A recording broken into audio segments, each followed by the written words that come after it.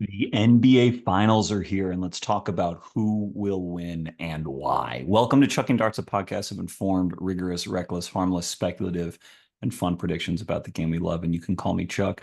This is a bonus episode, but my last one, I think, was episode 203. That was a couple weeks ago with Brian Schroeder about one of the areas of depth in the 2024 draft. Unfortunately, that particular area of depth has thinned out a bit with power wings such as Tyon Grant Foster, Jameer Watkins, and Nee Clifford returning to school, hopefully for the best financial reasons for them. But in my personal opinion, to the detriment of NBA teams for not guaranteeing them to stay in. But alas, that's the world we live in, and that's fine. More draft content is coming. I'm recording another episode, I think, this evening that should be out tomorrow morning for that purpose. However, the NBA Finals start tomorrow, and therefore, I would like to do an NBA Finals preview. Would you like to hear it? I hope so. Unfortunately, I had guests lined up who had to push and cancel last minute. They, multiple, will likely be on next week to check in on the finals, but I wanted to get my thoughts down in sort of a sprint format because the finals only come once a year, and this is a really good matchup, the Boston Celtics and the Dallas Mavericks. So, first of all, I think either team can win this series, obviously. I don't think that it's some giant skewed matchup in the Celtics' favor. I think for the most part, everyone usually agrees about, or I think for the most part, everyone is agreeing about that. But I also think most people are picking Boston. Now, important caveat is that whenever there is a final series and I am trying to evaluate it, there is still part of me that has been around basically ever since I was watching sports that will look for ways to try to pick the underdog because I enjoy rooting for the underdog, always have. Uh, I am doing that again in this series, but I'll save whether or not I'm ultimately picking Dallas for the end. But if it seems like I'm trying to find ways to prop them up, it's because I still have a little bit of that in me. Just stating my bias up top. Now, Boston and Dallas did play at the beginning of March with both teams basically fully healthy, and it was in Boston. Boston won 138 to 110. And that game, usually, people consider it small sample size. What can you really know? Blah, blah. I actually think there were things in that game that were relatively important. And I am going to start my analysis with just sort of a guide through that game and what parts of that game I think are kind of sticky for the series, what sort of conclusions you can actually draw about what's going to matter. And the first thing to note, Boston made a ton of threes in that game. They were 21 of 43. Everyone knows that Boston takes more threes than I think everyone, but they shot better on threes than everyone this whole season. Porzingis was healthy for that game. And in the first 5 or 6 minutes, he hit, I think, two above the break threes, and I think he hit three threes in the first quarter. Drew Holiday also, I believe, hit three threes in the first quarter, all from the corners. And Drew was a better shooter from the corners than anyone in the league this year. So what happens in the game is, Dallas, both offenses are clicking early on. Luka ends up with 37, 11, and 12 in this game and does not look particularly bothered by any defense that Boston throws at him. I don't remember if Jalen really started on him or if Drew started on him, but regardless, I mean, he's Luka Doncic. He gets you on his hip. He gets into the space that he wants to get in. If he's facing drop, he engages the big, and he decides if he wants to, use his shoulder or do a little up fake or step towards the rim and go off the glass or hit the skip or hit the lob. He does his thing, and he was doing his thing in that game. Now, about halfway through the first quarter, the score is 27-19 Celtics. And I do mean with like 5.5 minutes left or something like that. Both offenses were clicking that hard.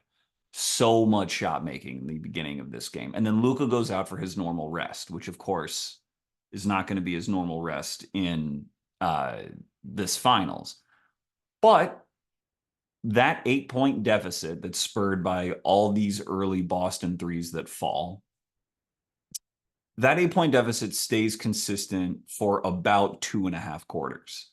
There's Boston, I think, stretches the lead to 12 at one point, but it's a 6 point game at the end of the first quarter. It's a 7 point game at half. That second quarter is basically trading baskets and stops pretty consistently. The game never really gets out of hand, never gets super close. And in the third quarter, the Mavs cut the lead down to two with about maybe 4 minutes left in the quarter. And then Boston starts, like, they really run away from them at the end of the third quarter. That's when Tatum gets really hot. Tatum's kind of quiet in the first half, but then he hits, I think, 4 threes in the third quarter. Boston has a double-digit lead going into the fourth.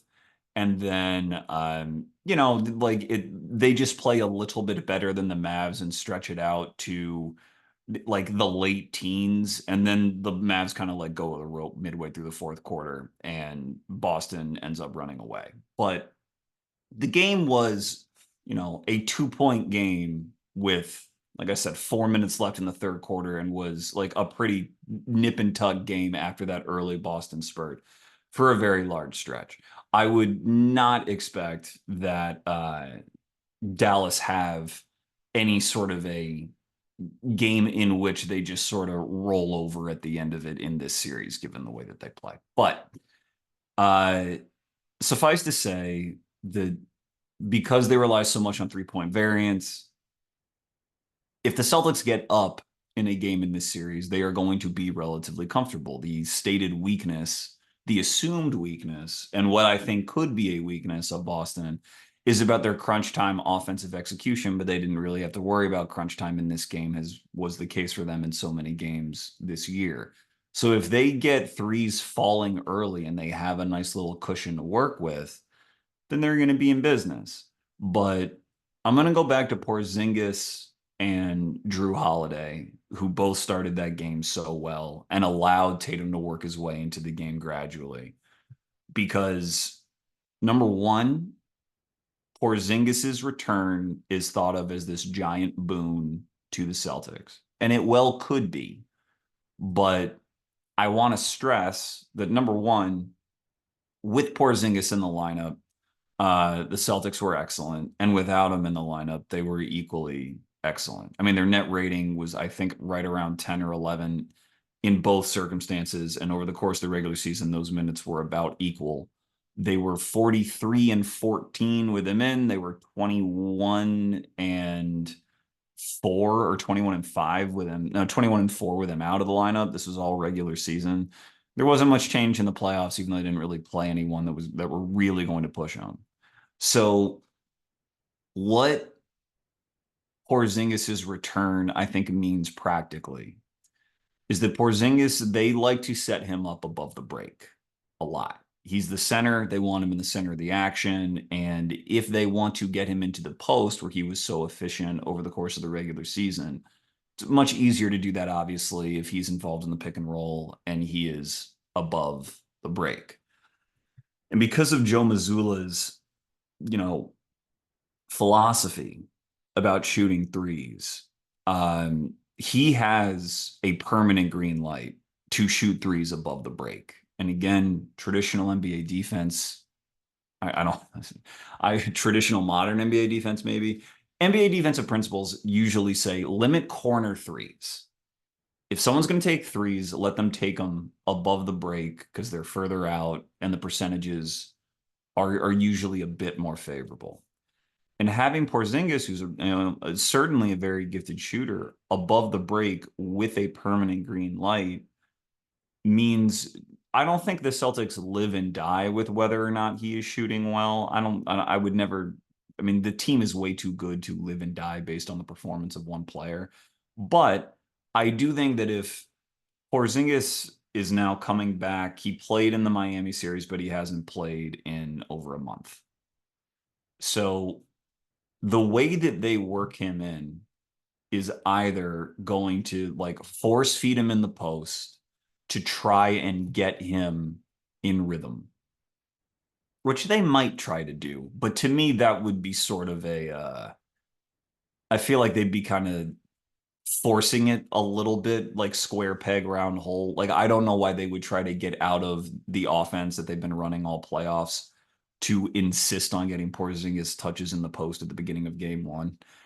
But they're either going to do that or they're going to have him stroll right up to, where he is above the break and they're going to give him a green light. And if I were Dallas, I would let him shoot. Not, obviously if he's hot, you got to adjust, but I just Porzingis's health, which apparently is 100%, but again, it's different from going on the bench for a month to actual game speed in the NBA Finals, which Porzingis has never sniffed. So having him under that spotlight and in that sort of pace of the game and having him launch these above the break threes right away, because Missoula is going to tell him to shoot. You're not on there to not, you're not out there to not shoot. Be comfortable. We shoot threes. Shoot him, shoot him, shoot him. I think that is an early sort of trigger point for game one. Because if Porzingis comes out there and he's tentative because he doesn't quite know what, either he's not either he's not comfortable or whatever, or he's not feeling 100%.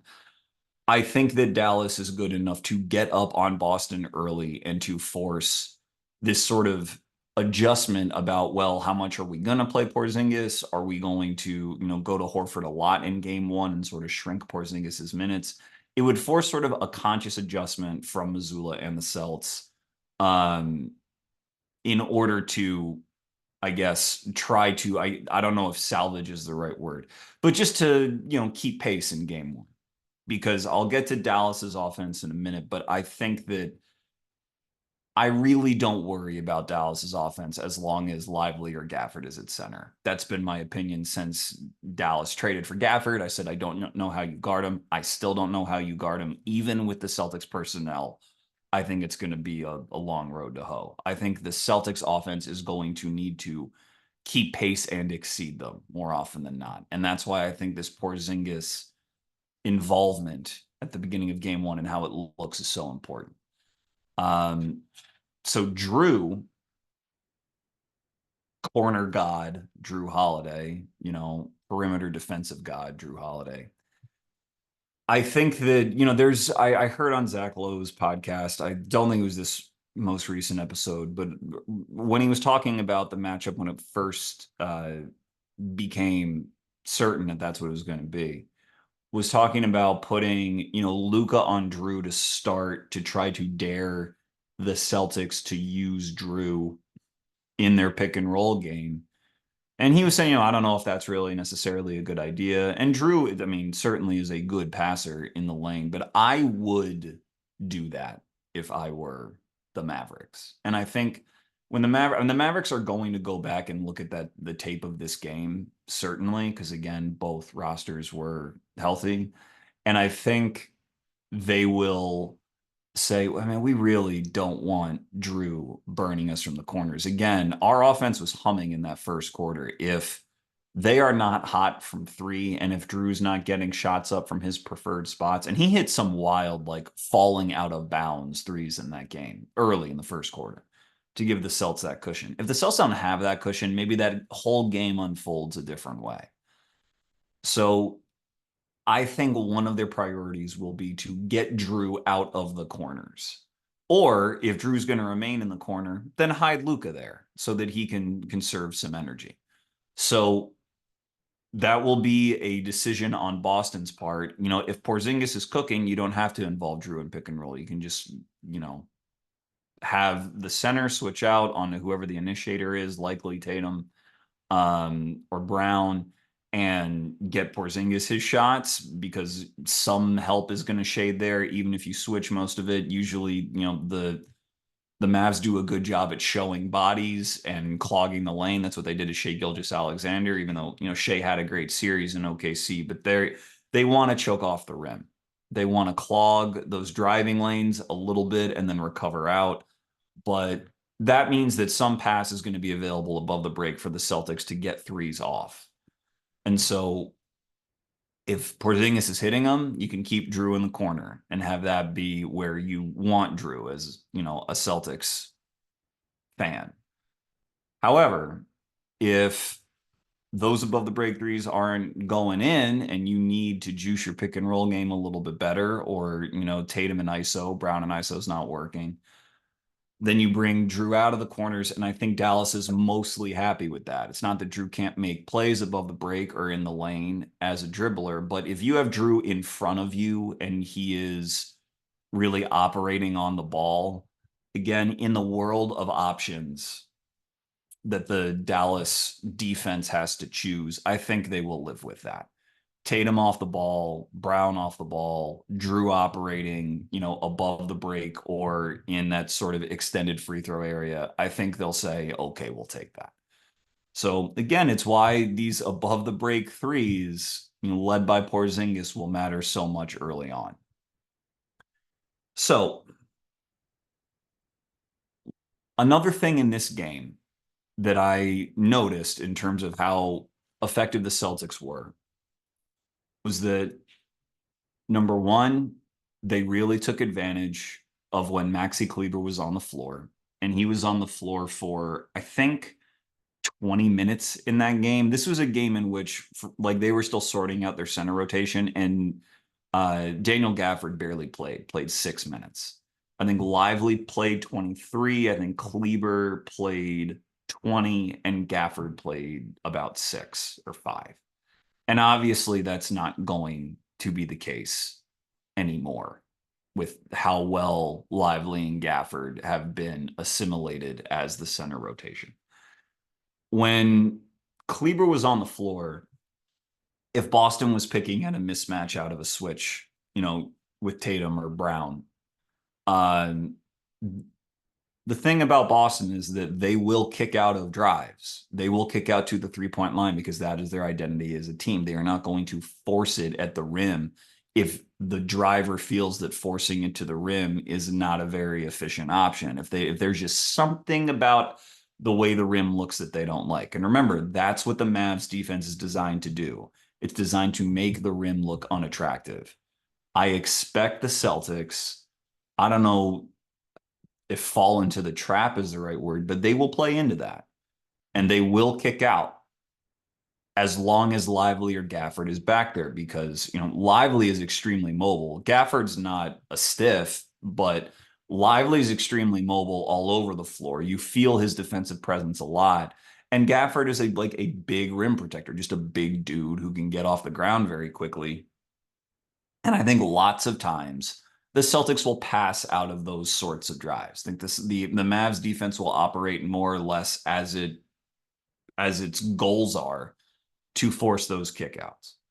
When Kleber's on the floor, Celtics felt they were fine getting all the way downhill, getting to the hoop, forcing contact, interior passes to the dunker spot. Kleber just didn't deter any of that. Kleber was sort of a fake switcher. That's sort of what he is at this stage of his career. He can kind of switch and looks like he can, quote unquote, play small. But the fact is, against a team like the Celtics, there are multiple players, and maybe like 4 in their starting lineup, maybe all 5, that can take advantage of Maxi Kleber in isolation. So I expect Kleber to not play for that to be a meaningful difference than what this previous game was. And I think that the Celtics 3-point rate will remain extremely healthy. I think if they're going to go down, they are going to go down with that ship. I don't expect Mazzulla to switch his philosophy on that over the course of this series. And I think that the Mavs will more or less choke off the rim. So the other sort of, roster tilt in that game was that Josh Green played a lot. I think he played 28 minutes. And this was not a good Josh Green game. He was their starter. And Derrick Jones Jr. barely played. Derrick Jones Jr. got mop-up time. Green played 28 minutes and Dante Exum played 14. And again, that is going to be different. Derrick Jones Jr. is the starter on this team. He's been the starter all playoffs. He certainly has more length to bother Tatum or Brown or any of these guards that he might be matched up on. Like, he is a stalwart, and both he and Gafford were not in this game. And Josh Green got abused by both Tatum and Brown all over this game. I mean, really, Green is like a strong athletic kid and usually a pretty good defender, but this is why investing in these two-way wings who can really drive and overwhelm smaller defenders has worked so well for Boston. Is that a guy like Green, a game defender, is just chumming the water. And Green is still going to play. I mean, he's part of their rotation. You got your starting five. Gafford is, I guess, your sixth man because you know he's going to play. And then you have some combination of Green, Exum, Hardaway, Hardy, probably only two of those four playing any given game. He'll be on the floor, but not to the extent and not relied on to the extent that he was in this March game. Um, I think how Derrick Jones matches up, like PJ Washington, I think is going to guard Tatum. And I think when PJ was matched up with Tatum in this game, he did a pretty good job and he bothered him, I think, in the first half of the game. In the third quarter, Tatum's hitting shot makery kind of threes, or he's hitting threes kind of out of sort of broken, chaotic plays where he's open and someone's late to close out. And he got really in his rhythm. And then, Tatum looked great, first team All NBA player. But I thought when he was really matched up on an island against PJ did a pretty good job, which would again leave Derrick Jones with the Jaylen Brown assignment. The Celtics will force switches when they can. I think the Mavs will default to switching mostly, maybe except for the center position, though they'll do it a little bit there, just because switching most entices the Celtics to get into sort of their more deliberate, I don't want to say ball stoppery, but kind of ball stoppery offense where they're trying to find a mismatch and they're holding the ball and they're probing, and now the shot clock's running out. All of that's more likely when you switch than if you play any other defense. So even if Derrick Jones can get over screens, because he certainly can, I don't know that that's going to really be the Mavs' default strategy, but we'll see. It might be that if Derrick Jones Jr. is on one of these wings and someone sets a screen for him, that they leave Derrick Jones to try to get over it, just to clunk up the offense a little bit.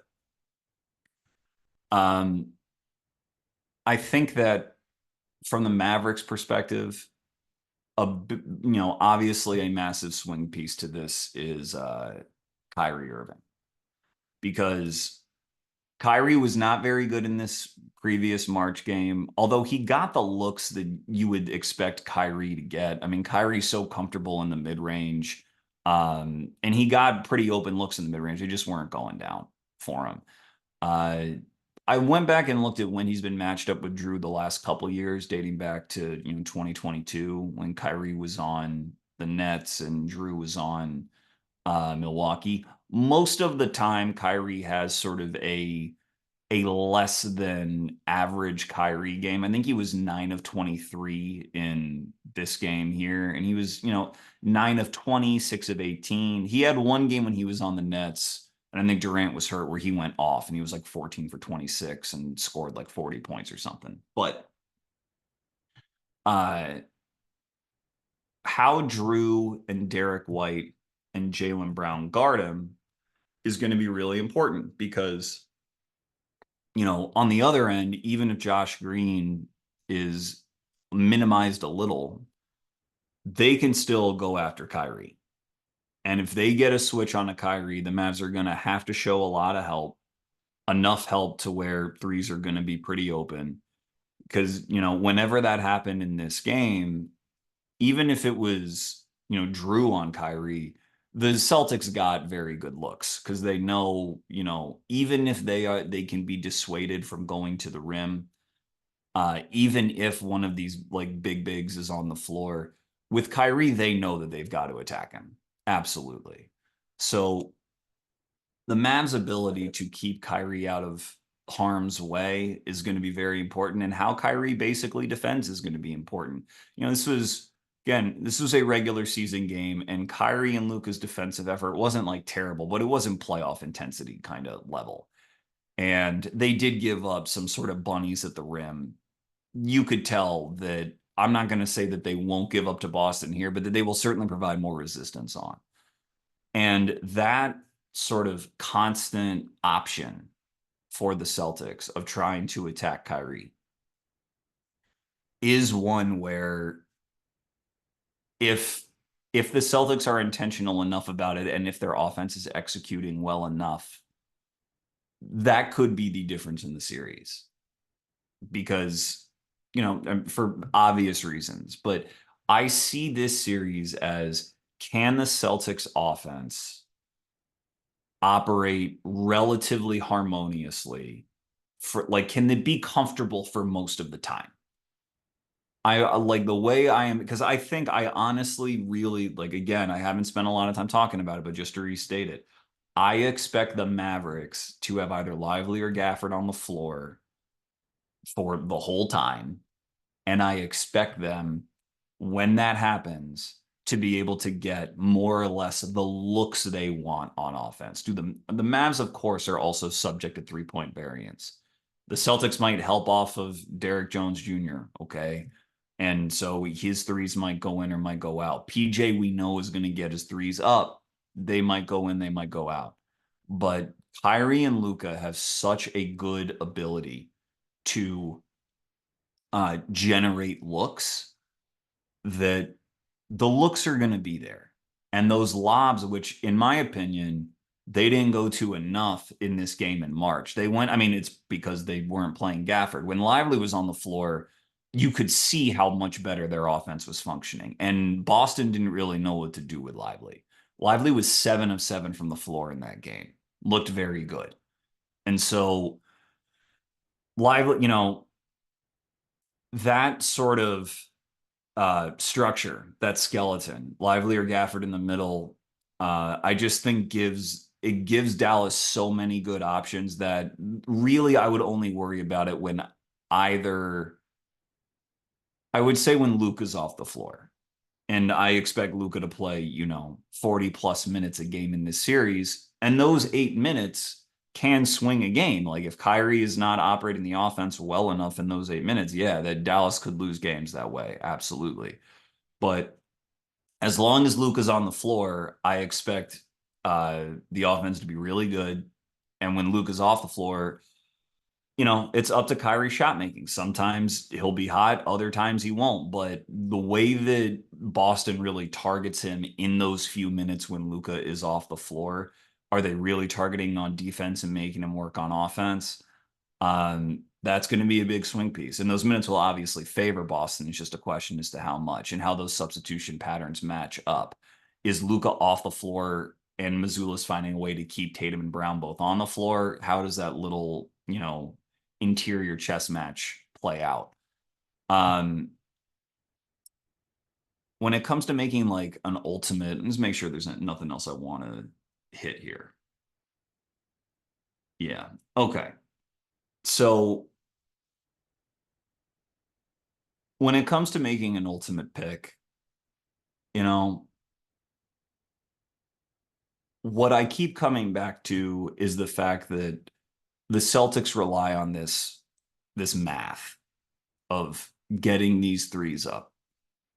For whatever I've said, that's what the Celtics are really banking on.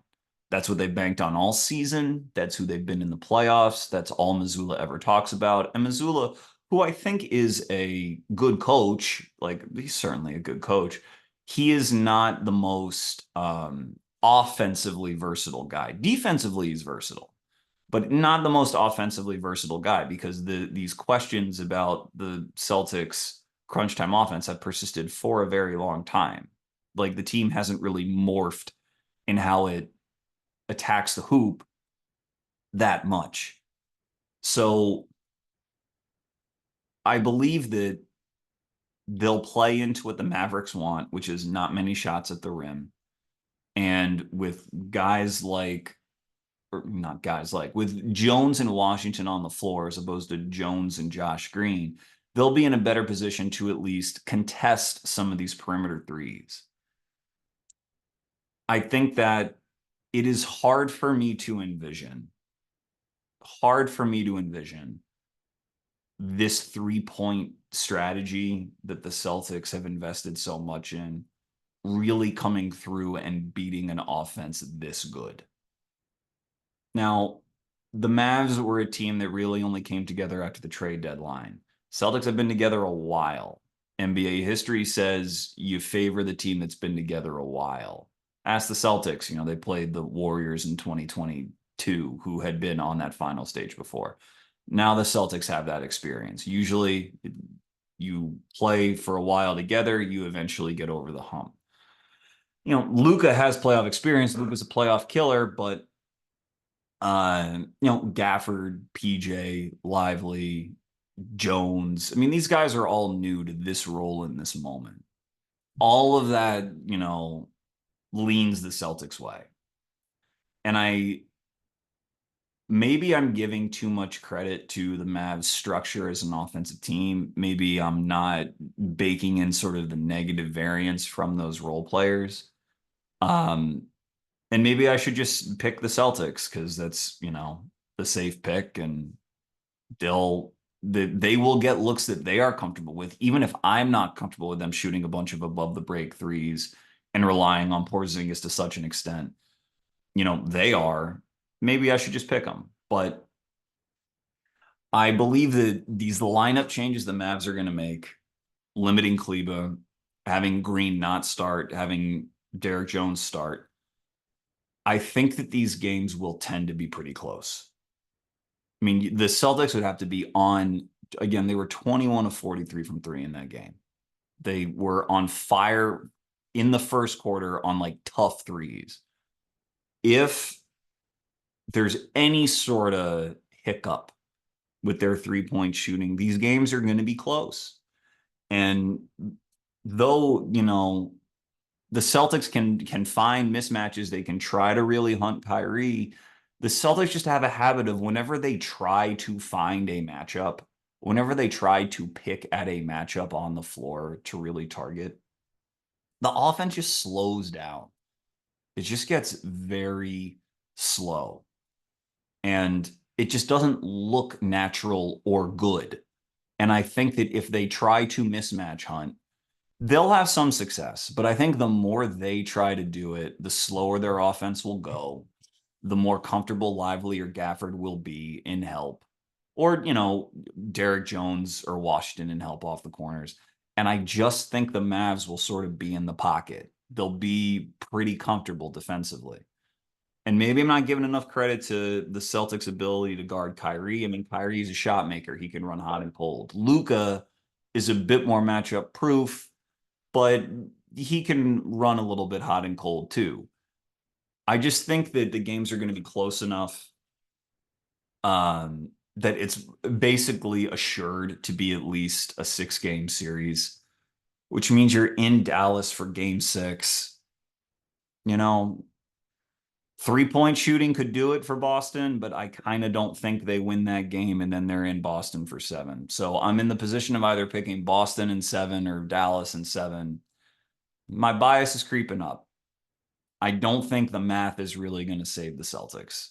I am taking the Dallas Mavericks in 7 to win the NBA Finals. I just feel like their offense is going to generate good looks so much of the time, and this sort of mini identity crisis about how much Boston really wants to rely on these threes in this matchup is going to come back to bite them. Now, I haven't mentioned Derek White's name, which is rude, and I probably should. He has the ability to swing the series if he plays well enough, but again, this is the finals. It's not that Derek can't play well in the finals. He certainly could. But in the finals, I expect Tatum and Brown, like Tatum took his time getting into that game back in March. I don't really expect Tatum or Brown to have that same approach anymore. I expect as this series gets deeper, as these games get closer, Tatum and Brown are going to ratchet up their usage. Not because that's necessarily the right or wrong thing to do, but they're prideful all NBA level players. They will want that moment. And so it becomes a lot about their execution against a defense that wants them to drive and kick and whether or not they'll have solutions. They're both really good, but I think that the choices they will make will be choices that Dallas can live with. And I just don't know that the Celtics can do enough defensively to really bother Dallas. I'm taking Dallas in 7. Probably wrong given history, but I think their offense is that good. I think the Celtics play into their hands defensively just enough. Thank you for listening. This has been Chucking Darts. It's okay to be wrong about sports. Find your dartboard and start chucking. Thank you.